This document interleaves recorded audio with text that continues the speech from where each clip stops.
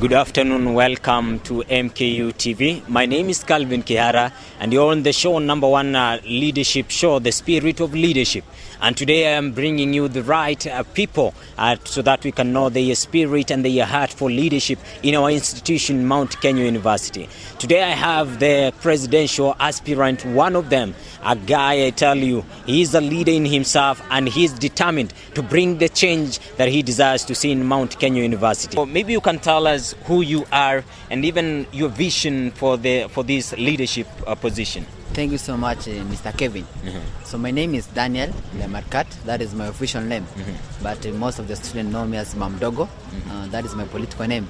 A third-year student pursuing Bachelor in Science in Clinical and Community Nutrition. So that is basically who I am.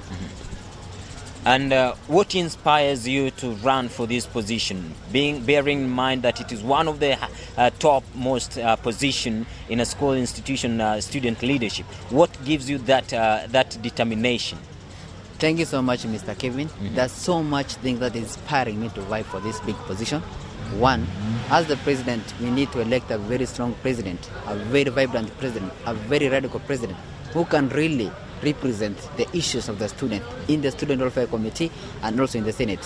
One of the main issues, that's why I'm vying for this president, we have the issue of the policies that has been made by this university. And most of the policies that have been approved by the management, we have never been involved as a student, and we want a very concerned president who will make sure that he goes and sits on the Senate and make sure that the policies being made by the management must be participatory so that we also involve our students. Because I believe as a student, we are the stakeholders of this university and our voice must be heard, our voice heard for the benefit of this university. So basically, I need to represent our fellow students in the Senate to make the best policies that can favor our students and also that can make MKU to grow. And what is lacking in the leadership that you want to bring in? Basically, there is a vacuum between the students, leaders, and the students themselves. And this has been contributed by the management. We want a very independent student governing body that can always stand for the student. Because we have been having scenario whereby the management basically involve themselves in the issues of the student, especially the election of the student, and they ended up dividing the student by making sure that the student leaders elected are being manipulated by the management so that they can dance to the ring of the management. So we want to make sure that we want a president who can be a link between the student and the administration. We need a president that can fill that vacuum between the students and the leaders that we are going to elect. So we have been having the main problem is the vacuum between the students, leaders, and the students themselves. So we want that vacuum to be filled, and this will happen if we elect Mdogo, because I believe I have the capability to make sure that that vacuum has been filled. So what you are saying is that when you get into being a leader or the president of Mount Kenya students, that means you would be acting as a bridge to the administration. Exactly. And some people have a feeling that whenever you become a friend or even a close ally to the administration, you tend to not to remember what you are saying and what you are going for. You tend to forget the students' welfare. So how shall you be in a position to balance your relationship with the management and also bearing in mind that you want to push the same management to act for the students? I agree with you, Mr. Kelvin, because I believe the reason as why we normally experience this kind of vacuum between the students and the student leaders is because the administration tend maybe to fund one of the presidential aspirants so that at least when they get there, they just do whatever the administration want to do. So and this time around, we are going to make sure that we elect leaders who are sponsored, who have been endorsed by the student. Because I believe if you really are a leader and you want to make sure that the students feel that there's a leaders that we have, you have to make sure that first of all you have to listen to the student, make sure that you do what they want, not what you want. And I want to assure you, my fellow comrades, that I'll not be going there to please the administration. That's not my business. My business is to make sure that I'm serving the student as per their will, because that's actually stipulated by the Mkusa Constitution. I'm there for the benefit of the student, and I'm a person who can never be manipulated, and I'm a person who keeps my principle. I'll always stand for the student and fight for what is right for our students. leadership is always marked with some traits and some trails that you leave, and also the contributions that you have made. It's not all about being in that position, but leading from where you are. Yeah. What's some of the things that you have been in a position to achieve in the institution that have changed the lives of the students and that you want to continue doing in a better way? There are many things that I did. I joined Mount Kenya University in 2011. From there, I was elected or rather appointed to be the captain of the school team. I led my school team, that is football team, and I led them well. In 2012, I was elected as a sport minister, and there are various things that I did to improve the lives of the sports students. One of the things is that I increased the allowances from actually 200 to 600, that is per game, and also the issue of the gym. Initially, we didn't have a gym. We had a very small room, very unhygienic, but I wrote a proposal that we need a very ultra-modern gym, and that's why now actually we are seeing some of our students are benefiting from the gym. The other issue is about the coaches. Initially, we didn't have people who can nurture or who can instruct our players, their upcoming talent. But I wrote a proposal that we need qualified coaches who will make sure that those talented students in sport are being nurtured and they are given the right direction. So basically, those are the things that I did when I was the sport minister, and the many things that I did in different capacities. And also, if you look at the leadership in the student leadership, they always come up with a manifesto, they come with their promises. And just like the national politics, you find that they come up with sweet words, but they never deliver. So which are some of your policies and in your manifesto that you want to go for and you want to fight for? I think I'll just mention about the 5 points that we are going to tackle. The first one is about the security of the students. I know we came here for academics, and we need to be protected to make sure that you finish your degree when you are alive, not to just join MKU then the following day you are dead. So we want to make sure that the students' securities have been invested by the management, because we are paying a lot of services. And this one is done by making sure that we have street lights to make sure that the dark places where our students reside has been installed by the security, so that we improve the security. The second issue is about the issue of the missing marks. We have been having students missing marks, just doing exam, then they end up missing marks. Students just not graduating because they lack some of their marks. So we need to improve that sector in academic to make sure that everything in MKU runs smoothly and each and every student is given his result at the right time, so that we avoid this kind of conflict. The third issue is about the student center. You see, this is a student center, and I believe that is why it's called a student center, and you need students to be invested here. So we wanted to make sure that the student center is being run by the student. The prices in the student center has been harmonized. Everything is suitable for the students, so that because some of us are not working, some of us come from a humble background, so we need to harmonize the prices in the student center to fit the pocket of our students. The other issue is about the student waiver. Initially, we had the student waiver, which was very beneficial to our students. And I think when this regime that is going, the student waiver kitty was scrapped without involving the student.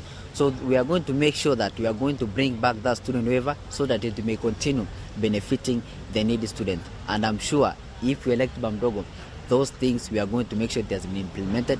The issue of fee increment, I think we cannot just wake up today and tomorrow you increase fees. We had issues with the student of nursing. Their fees are being increased without involving the student. So we need a president who can really stand and say, no, we cannot just wake up and increase the student fees. We need a procedural way to make sure that we involve our students and to make sure that nothing is done without the knowledge of the students. And what makes you feel that the students who pick you out of the many running mates that you are contesting for this, who are aspiring for this position? I think I have enough reason as why the students should choose Mdogo to be the next president. One, I've always been the front line to fight for the right of the student. Initially, for example, I can give you an example. We had some students who have been arrested by the police, and no one could stand up and rescue those students. They were just arrested because of saying the truth. But I stood before the OSPD before the OCS to demand the release of our students who have been arrested because they have no reason as to why they should be arrested. So I think I've always been the front line to fight for the right of the student. Also for the students who have been accused maybe of disciplinary cases, I've always been called to the disciplinary committee to defend the student, so that at least we don't just allow this kind of explosion or expansion of students anyhowly. So I've always been in the front line and I don't fear.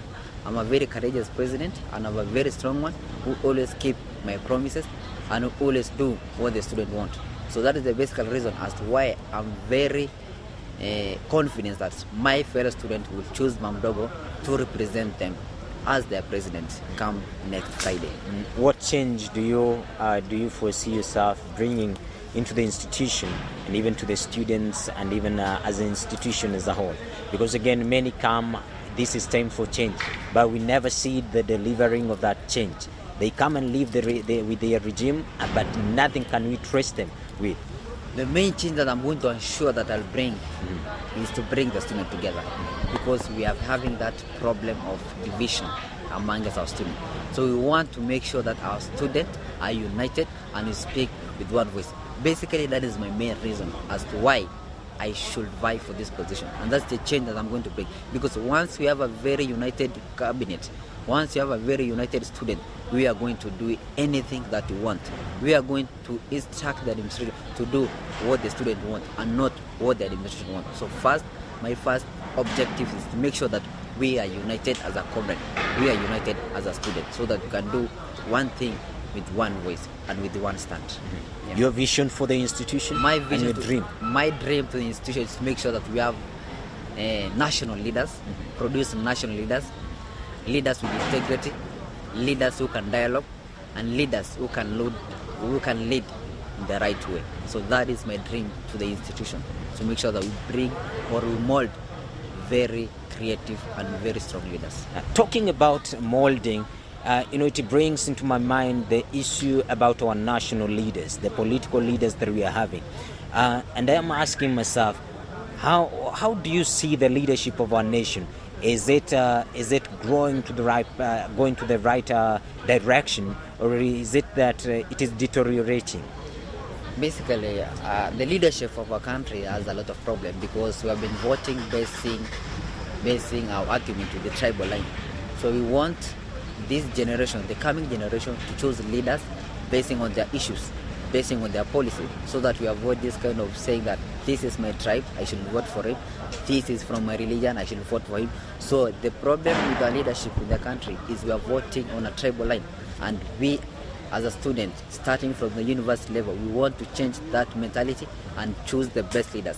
So basically, that is the only problem that we are experiencing in our leadership in Kenya. And I believe my fellow comrade will choose Mdogo as their next president come next Friday, 6th of February. Now, the vetting, talking about the vetting process, do you feel that the vetting process has been fair? And also, do you trust and foresee that the commission that is in place will conduct an election that is free, fair, and transparent? Mr. Kelvin, I think basically, let me just bring to attention that the commissioners that have been appointed by the management had some issues because the procedure that we were using was unprocedurable. Some of the students were disadvantaged because you cannot just ask a student to pay all the fee for you to be eligible to be a commissioner. So we raised that issues as aspirant. We stood together and we went to the vice chancellor and we tell them that this and this is not good. You are not doing good for the student. And those commissioners were reshuffled because initially there were some religions who were favored. So we had to make sure that each and every religion was represented. And actually that was what was done.